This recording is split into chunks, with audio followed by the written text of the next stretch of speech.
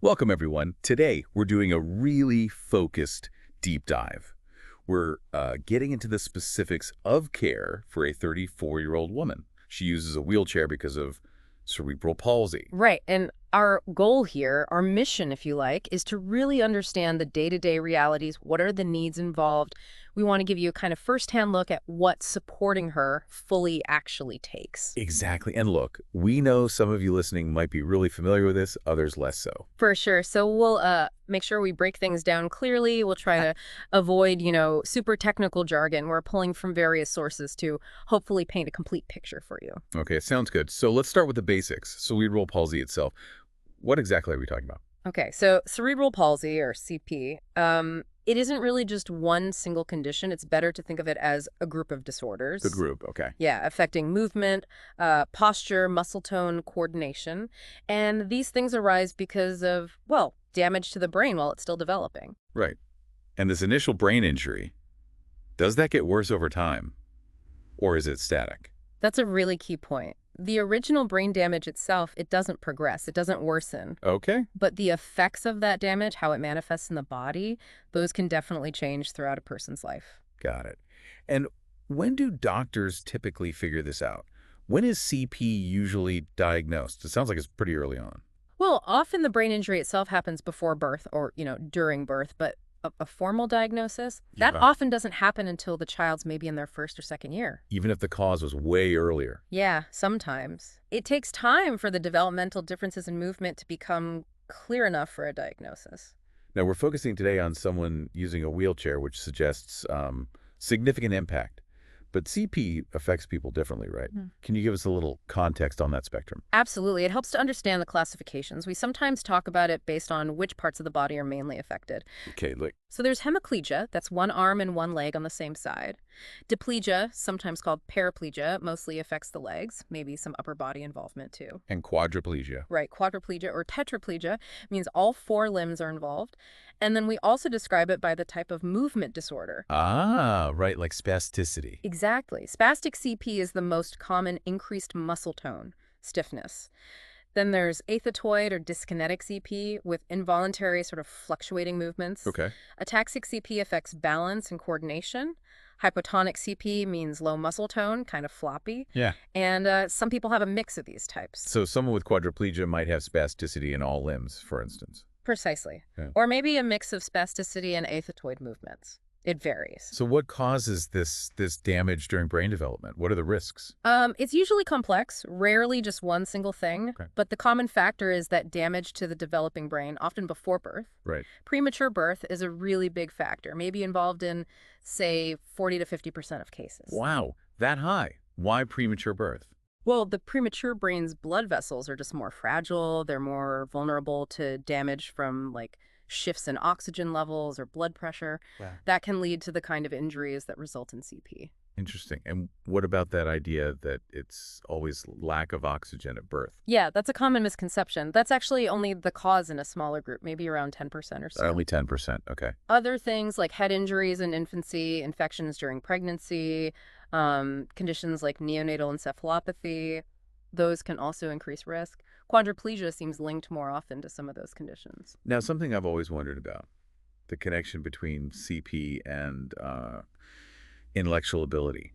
Does having CP automatically mean cognitive challenges? That is such a critical point to clear up. Thank you for asking.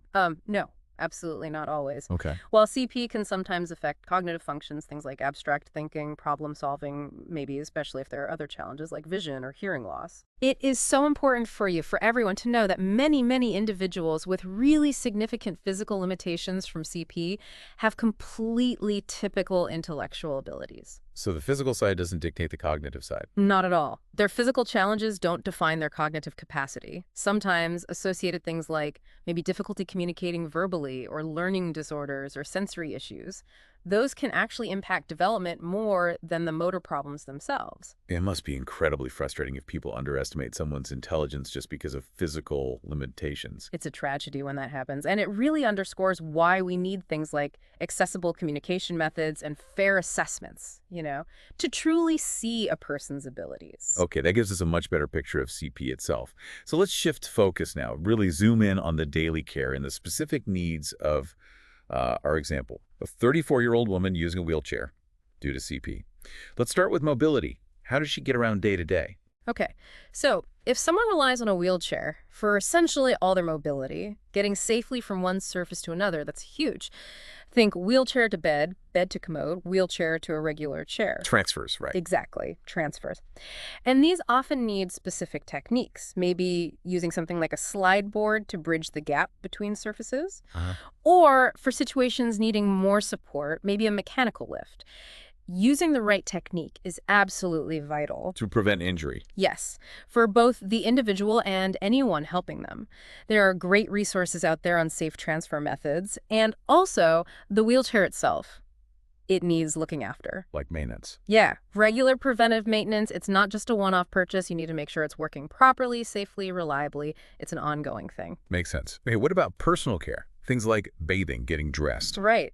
Bathing can definitely be a challenge. Adaptive equipment is often key here. Things like a shower chair, grab bars, they provide stability and safety. And dressing. With dressing, the aim is always to encourage as much independence as possible. Adaptive clothing can be a huge help. What's adaptive clothing? Oh, it's clothing designed to be easier to put on and take off. Think Velcro closures instead of tiny buttons or difficult zippers, maybe looser fits, different openings. Velcro. That makes so much sense. Simple but effective. Totally. Little design tweaks can make a massive difference in someone's ability to dress themselves or at least participate more. What else in personal care? Oral hygiene. Really critical. Regular, thorough toothbrushing. And something to be aware of, some individuals with CP might be prone to something called gum hypertrophy. Gum hypertrophy, what's that? It's basically an enlargement or overgrowth of the gums. So regular dental checkups starting early are really important to watch for that and other potential oral health issues. Good to know. And toileting. Toileting will likely require assistance, yeah. And again, there might be specialized adaptive equipment involved to help with safety and dignity in that area. Okay, let's move on to nutrition. Feeding. Everyone needs to eat, but are there special considerations here? Yes, definitely can be. A significant number of individuals with CP experience dysphagia. Dysphagia. That's difficulty swallowing. Exactly, difficulty swallowing. And if you think about it, that can make mealtimes really stressful, worrying about choking or food going down the wrong way. Yeah, aspiration. Right, aspiration when food or liquid enters the lungs. So to reduce that risk, the texture of food might need to be modified. Maybe pureed foods or soft chopped foods. Liquids might need to be thickened. Thickened liquids, like with a special powder. Yeah, usually a commercial thickener. It just slows down how fast the liquid moves, giving more time to swallow safely. Positioning is also super important during meals. How so? Sitting fully upright, maybe in a supportive chair or even a tilt-in-space wheelchair adjusted correctly.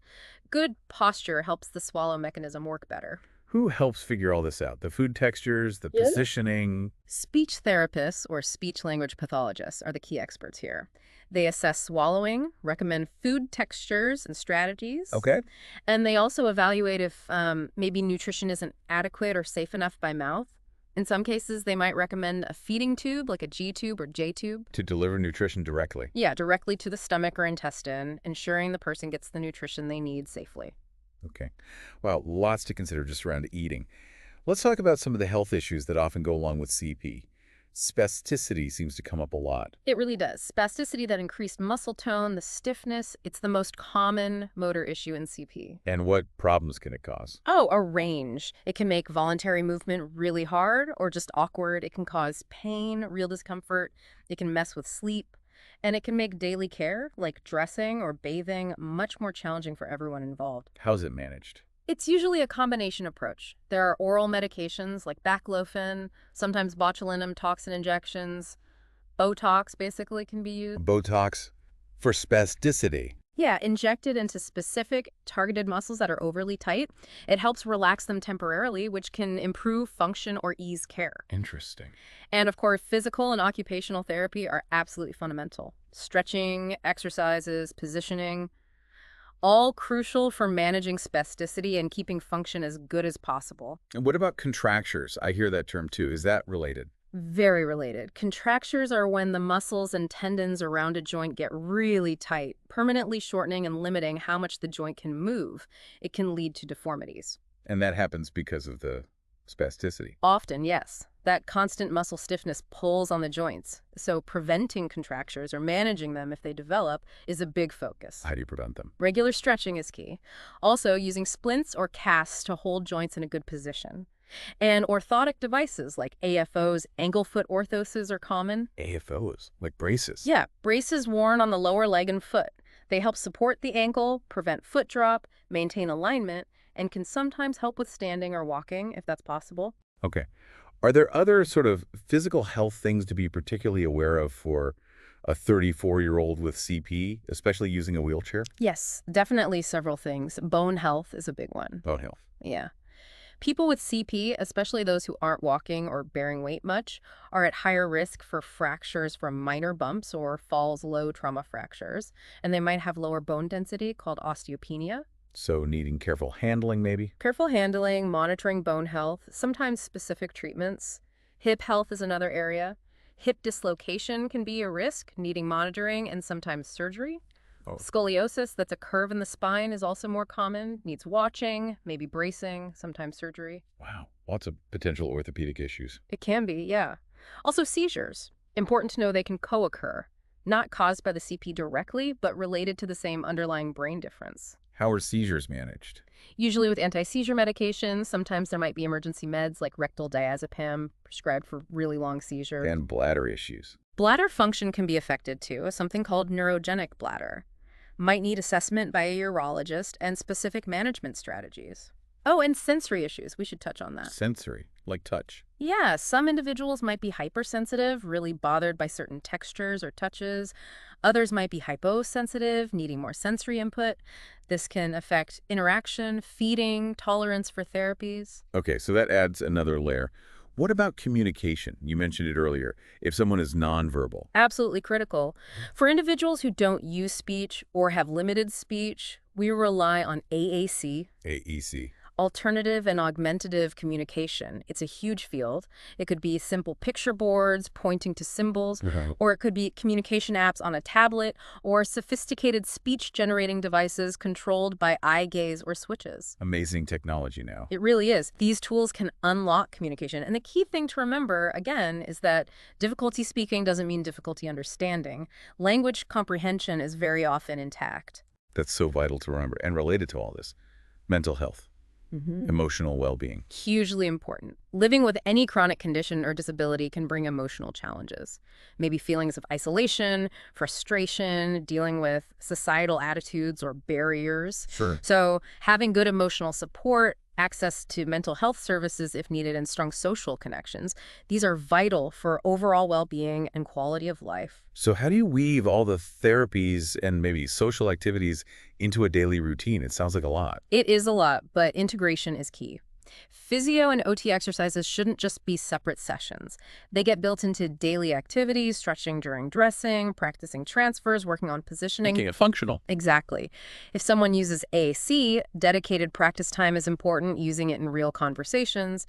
And then leisure, just as important for everyone. What kind of leisure activity? Whatever the person enjoys. Reading, music, maybe adapted computer games, gardening in raised beds, perhaps adaptive sports. There are many possibilities. And getting out into the community. Yes, facilitating that is crucial. Accessible outings, maybe participating in peer programs or support groups. Combating isolation and fostering connection is so valuable. Peer groups can be amazing, right? For sharing experiences, tips. Absolutely. For the person with CP and for caregivers too. Definitely. That shared understanding can be incredibly powerful. Okay, thinking about the whole 24-hour cycle, what does evening and nighttime care look like? The focus really shifts towards comfort, maintaining health, and trying to ensure good sleep hygiene. Right. So, administering any evening medications on schedule, and then repositioning during the night is often essential if the person can't move much independently. To prevent pressure sores. Exactly. Pressure injuries or sores. Regularly changing position helps relieve pressure on bony areas. Using supportive pillows or foam wedges helps maintain good body alignment and comfort too. Okay, this gives us a really thorough picture of the daily needs. Stepping back a bit, what about the wider support system and maybe longer-term things for a 34-year-old? Well, managing CP usually involves a whole team, right? Not just one doctor. You might have a neurologist, an orthopedist, PT, OT, speech therapist, maybe a rehab physician. A multidisciplinary team. Precisely. Yeah. And family caregivers are often right at the center of coordinating and providing care, which is why caregiver self-care is so, so important. Preventing burnout is critical. Absolutely. For someone who's 34, what about things like work? Good question. Vocational rehabilitation services might have been involved earlier or could still be relevant. Supporting potential employment, volunteer work, or other meaningful activities contributes hugely to independence and self-esteem. And just the long view. People with CP are living longer, fuller lives than ever before, but it's realistic to expect that ongoing medical care and therapies will likely still be needed throughout adulthood.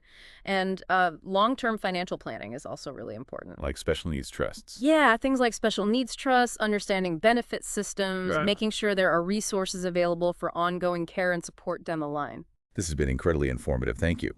If we had to sort of summarize the key takeaways about caring for a 34-year-old wheelchair user with CP, what would they be? I think the biggest takeaway is just how multifaceted the support needs to be. It covers everything, doesn't it? Mobility, personal care, complex nutrition needs, managing those associated health conditions like spasticity, contractures, bone health. Communication, mental well-being. Right. Communication access, emotional support, keeping therapies going, social engagement, even nighttime care routines.